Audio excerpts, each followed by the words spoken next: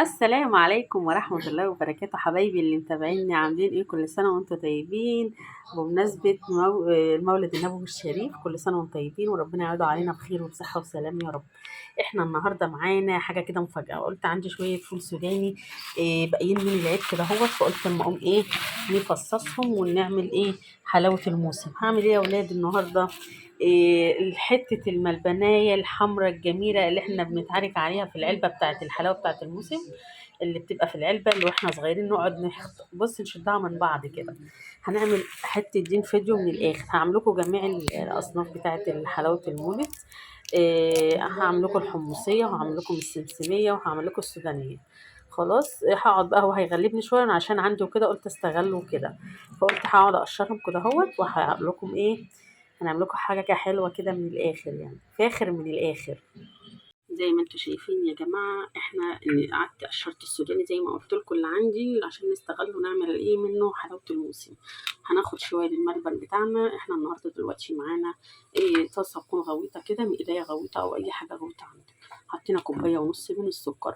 ليه يبقى احنا نعمل الحاجات الحلوة دي في بيتنا ونروح نشتريها بالغالي من بره؟ لا، احنا نعملها في البيت احسن. معانا مج ونص سكر، هعمل لكم حاجة جميلة اوي النهاردة. مج ونص سكر عليه مج ونص مية، بعد كده كوباية من المية وكمان نص كوباية مية هحطها وهنرفعهم على النار حالا. وأول ما يغلوا معانا هننزل عليهم بنص معلقة ملح ليمون. خلاص دي هرفعها على النار خلاص اهيت. بسم الله الرحمن الرحيم. زي ما انتوا شايفين كده اهوت، هنرفعها على النار خلاص اهوت، وايه وعلى نار هادية بقى وكده على النار كده اهوت، وهسيبها بقى ايه تغلي غلوتين كده اهوت، وهقول لكم هنعمل ايه. زي ما انتوا شايفين يا حبايبي، شعرة الملح ليمون دي مش كتير، حاجة بسيطة كده. تمام، وهو كده خلاص ابتدى يغلي معانا اهوت. حطينا يعني اقل من ربع معلقة صغيرة ملح ليمون، انا حاطة على شاشة المعلقة الكبيرة كده. خلاص احنا مش هنقلب فيه كتير، كل وقت للتاني كده نبص عليه وخلاص. شايفين يا جماعة، النص كوباية نشا عليها ربع كوباية مية عادية خالص من الحنفية، وهنقلبهم ونروح بيهم على السكر بتاعنا اللي على النار، اللي هو الشربات اللي احنا بنعمله بنسويه عشان خاطر الملبن بتاعنا الجميل اللي هيبقى حكاية النهاردة. مش هنروح بهم على النار حالا اهوت. اول ما هنحطهم على طول مش هنبطل تقليب يا جماعة عشان ما يتكاترش مننا، وبالمضرب هنقلب على طول. بسم الله الرحمن الرحيم. هنشوف كده اهوت كده اهوت. شايفين يا جماعة القوام بتاعنا دلوقتي؟ احنا عندي اللون الطبيعي، مش بجيب اللي هي اللي بره ده، لا انا بحط كده. انتوا شايفين كده اهو ان شاء الله. انتوا شايفين كده اهو، انتوا راح معايا كده ايه 5 دقايق كده اهو. هنحط ايه تاني، كوباية مية على المعلقتين الجيلاتين بتوعنا. زي ما انتوا شايفين الجيلاتين بتاعها هقلبه جامد كده اهوت، لازم المية دافية. وشايفين بتاع القوام بتاعها عامل ازاي، شايفين التقل بتاعه جميل جدا ازاي. ان شاء الله على نار هاديه جدا. ماشي، معايا الجيلاتين بتاعي بقلب فيه كده شويه، ربع كوبايه ميه عشان يدوب معاكي بسرعه. زي ما انتوا شايفين ده بيفرق معانا طبعا، وبيخليه في المطه كده وحاجه جميله يعني. وان شاء الله بعمل لكم ملبن من الاخر ده. اوكي، زي كده اهو بالتدريج كده اهو، مش مره واحده، واحده واحده كده. بصوا كل ما نحط هيفرق معانا في ايه، في اللون شويه. خلاص خلاص نزلنا بيها كده اهو. هقلب بقى لمدة ربع ساعة كده، نحط معاه السوداني بقى. شايفين يا جماعة أنا عايزة أوصل للمرحلة دي، المرحلة بتاعت اللون اللي احنا فيه دهوت والقوام بتاعنا. احنا ممكن دلوقتي نرفع المضرب ده خلاص زي ما انتوا شايفين كده اهوت، وهنلم بقى الموضوع بتاعنا ده كلته. شايفين زي ما انتوا شايفين كده اهوت. طبعا طول ما هو بيلم على بعضه كده اهو، تعرفوا ان احنا الملبن بتاعنا المطاط الحلو الجميل. احنا ممكن لو مش عايزه تضيف له اللون ما تضيفلوش لون، انا ضايفه لون طبيعي يا جماعه. لون طبيعي عندي في البيت، انا بجيبه بستخدمه لو بعمل لانشون في البيت، اي حاجه بينفع معايا مع ايه رب ما معلقتين ميه وبقلبهم وبنزلهم ايه على اي حاجه عايزه اديها لون. شايفين هو بيلم معايا كده اهو ازاي؟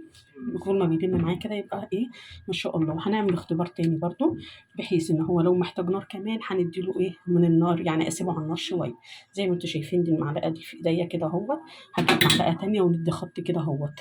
طبعا هو كده قابل لسه شويه على النار، لسه محتاج حبه على النار يعني. وبعدين هنحط معلقه صغيره من المورد. المورد اي مورد عندك بيدي ايه طعم الملبن اللي بره كده حاجه رائعه يعني حاجه جميله. هنحط معلقه صغيره تدينا طعم مميز يعني ما شاء الله. وهنحط ايه السوداني اخر حاجه معاكم. شايفين يا جماعه ماء اي ماء الورد عندك، نحط صوته كده وهنقلب. شايفين يديكي ريحه الملبن بقى اللي بره الجميل ده. طبعا انت لو عايزه الملبن مش ملون ابيض، ملبن الحبل اللي الجميل بتاعنا هو نفس الطريقه، بس ده تفرق ان احنا ملونينه بس. خلاص انا كده دلوقتي اخر مرحله عندي. بسم الله اللهم صل وسلم على سيدنا محمد. معايا كده اهوت شويه من السوداني. طبعا انا هعمل لكم السودانيه والحمصيه والسمسم ان شاء الله، ويعني هعمل معاكم فيديو من الاخر كده جميل. مش شايفين حاجه جميله؟ بصوا 10 دقايق بالظبط هجهز بقى الكيس بتاعي والصينيه، عشان بقى لازم ده ما يتركن، يا دوب نغرفه على طول وهوريكم هنعمل ايه. زي ما انتم شايفين طبعا انا لسه رافعه من على النار حالا سخنه. هتاخدي خط كده ما بيجيش على بعضه، تعرفي ان كده الملبن بتاعنا خلص ونجح. هنغرفه حالا وهو سخن. يلا انا عصت الكياس كده زيت زي ما انتم شايفين. لازم المهمه دي يعني لازم تعملوها على رجل الكيس، الرجل ما تلزقش منكم. زي ما انتم شايفين كده اهوت. بسم الله الرحمن الرحيم.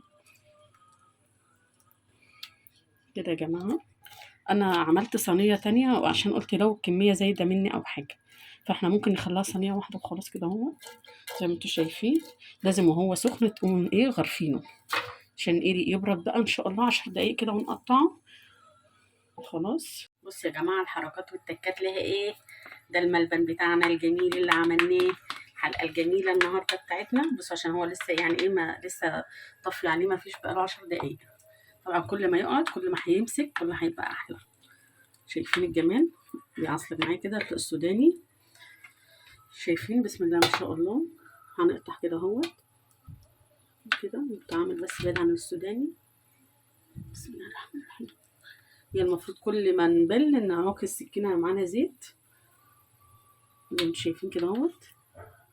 حكايه يا جماعه بصوا حاجه كده من الاخر يعني. شايفين بقول لك فاخر من الاخر. بصوا حكايه يا جماعه. شايفين وكل ما بيجمد كل ما هيبقى احلى. هنقطع احنا هنا كده ونرص على الصينيه بتاعتنا. كل قطعه نقطعها هنشيلها نحطها هنا كده اهو.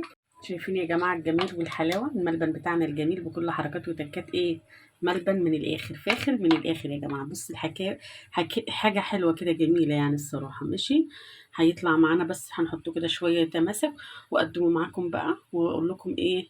هتشوفوه طبعا معايا في الفيديو. اقول لكم السلام عليكم ورحمه الله وبركاته. هتشوفوا الفيديو هيعجبكم جدا. متنسوش اللايك والاشتراك في القناه واقول لكم السلام عليكم ورحمه الله وبركاته.